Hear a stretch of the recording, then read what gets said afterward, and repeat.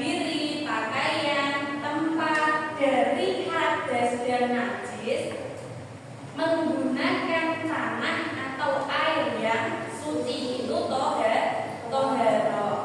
Kapan biasanya orang melakukan toharo? Ketika akan beribadah. Di dalam Al-Quran telah dituturkan ayat surah Al-Mudaththir ayat 4 dan 5, wasiyabaka fatahhir warrujza fahjur. Artinya pakaianmu bersihkanlah dan segala yang keji tinggalkanlah. Itu di dalam Al-Quran sudah diterangkan tuntunan toharo itu dianjurkan pakaianmu bersihkanlah. Di sini ada fi'il amar, tuntunan untuk membersihkan. Maka toharo itu sangat dianjurkan. Kenapa kok kita perlu bersuci, kita perlu bersih-bersih? Karena tidak hanya tentang syariat, juga untuk kesehatan. Islam itu sangat indah mengatur semua ini. Dianjurkan toharo, bersuci itu karena untuk kesehatan. Coba sampean tidak berwudu, misalnya sedang haid, pasti sampean itu jarang pegang air ya. Gimana rasanya kalau seharian nggak wudu? Gimana? Rasanya gimana? Sampean lebih senang ketika sering berwudu apa tidak?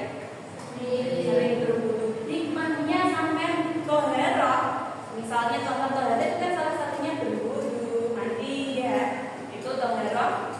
Hikmahnya itu apa?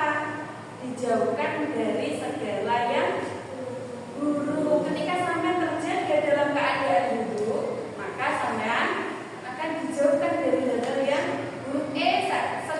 Harusnya sama mau bijak napa? Gibah temene, diajak gibah temene terus karena dalam keadaan wudu enggak jadi karena dilindungi oleh malaikat gitu. Ya, jadi usahakan untuk selalu dalam keadaan berwudu. Kalaupun tidak dalam keadaan berwudu terus, kalau ketika ke kamar mandi bisa ambil air wudu. Seperti itu nggih. Kita biasakan sesuatu yang baik. Toh wudu itu kan tidak berat ya.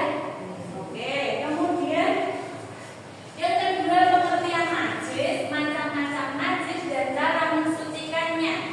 Ada yang tahu apa itu najis? Apa ya? Ada yang tahu nggak najis? Semalam katanya jadi belajar apa sih najis itu? Apa sih najis itu?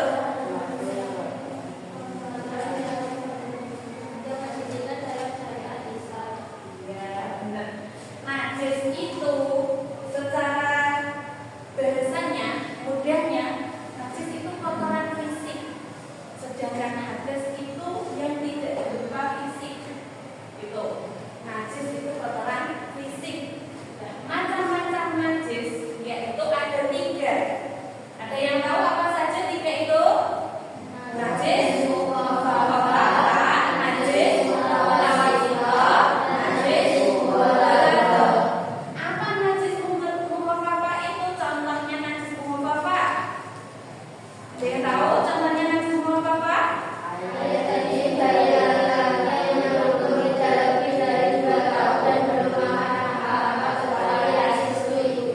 Bagus. Jadi misalnya sampean di rumah kok punya adik laki-laki umurnya belum sampai 2 tahun, terus belum makan apa-apa selain ASI, cuma mini ASI saja, maka kencingnya itu disebut najis mukhafafa. Kemudian cara mensucikannya seperti apa? Cara mensucikan najis mukhafafa, najis kencing anak dari laki-laki 2 tahun yang seperti itu tadi, mudah sekali, yaitu dengan membersihkan air. Cukup dipercikan air, cukup sampai biur seperti itu, tidak hanya dipercikan air saja sudah suci. Tapi syaratnya belum makan apapun kecuali ASI. Kalau misalnya sudah makan bubur, ya berarti tidak najisnya bukan mukhafafa lagi, tetapi tergolong najis yang kedua. Najis yang kedua yaitu najis mutawasithah. Apa contohnya najis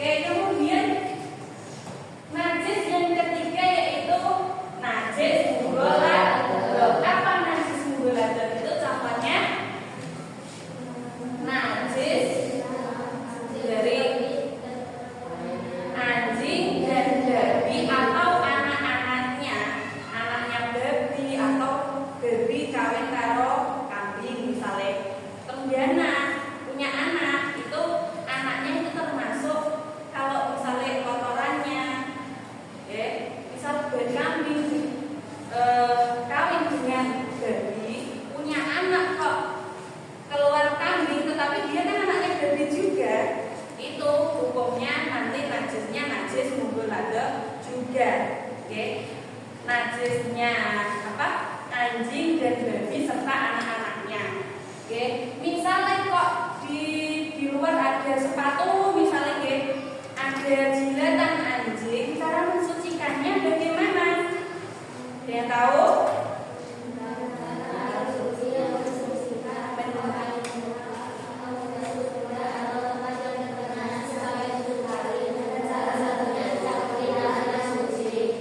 Membasuh dengan air sebanyak 7 kali dan salah satunya dicampuri dengan tanah yang suci. Adik itu misalnya kok kalian tahu itu kelinci dan dulunya itu babonnya dikawin sama anjing terkeluar kelinci. Walaupun bentuknya kelinci karena anak anjing, tetap dia dikatakan najis mubalaghah. Maka ketika misalnya pipisnya, kotorannya si kelinci yang anak anjing tadi, ketika ada najisnya, kalian mensucikannya harus dengan membasuh air 7 kali dan salah satunya dicampur dengan tanah atau debu yang suci. Oke, kemudian pengertian hadas serta macam-macam dan cara mensucikannya. Hadas itu apa? Ada yang tahu hadas itu? Hadas yaitu baca keadaan tidak suci yang disebabkan buang air besar, buang air kecil, kentut, kemudian mimpi basah, hubungan suami istri dan lainnya.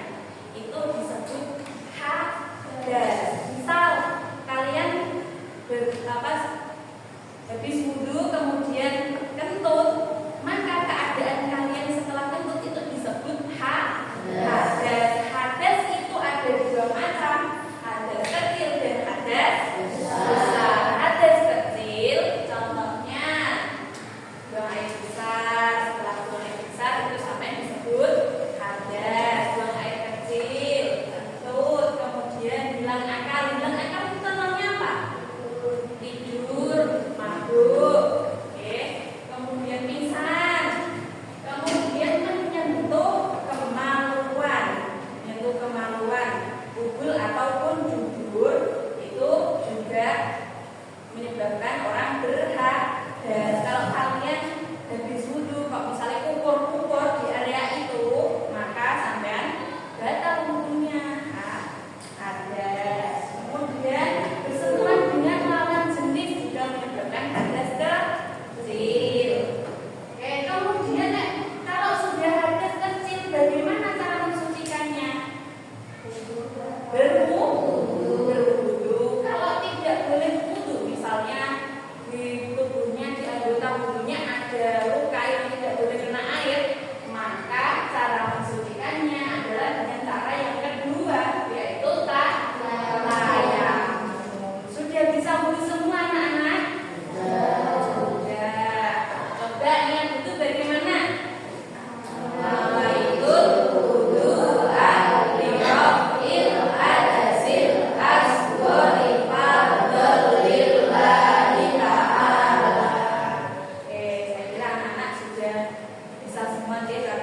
Sudah kelas 7, sudah sholat semua, sudah bisa prakteknya. Untuk pertemuan minggu depan bisa praktek wudhu ya, nanti di samping musola. Oke, siap?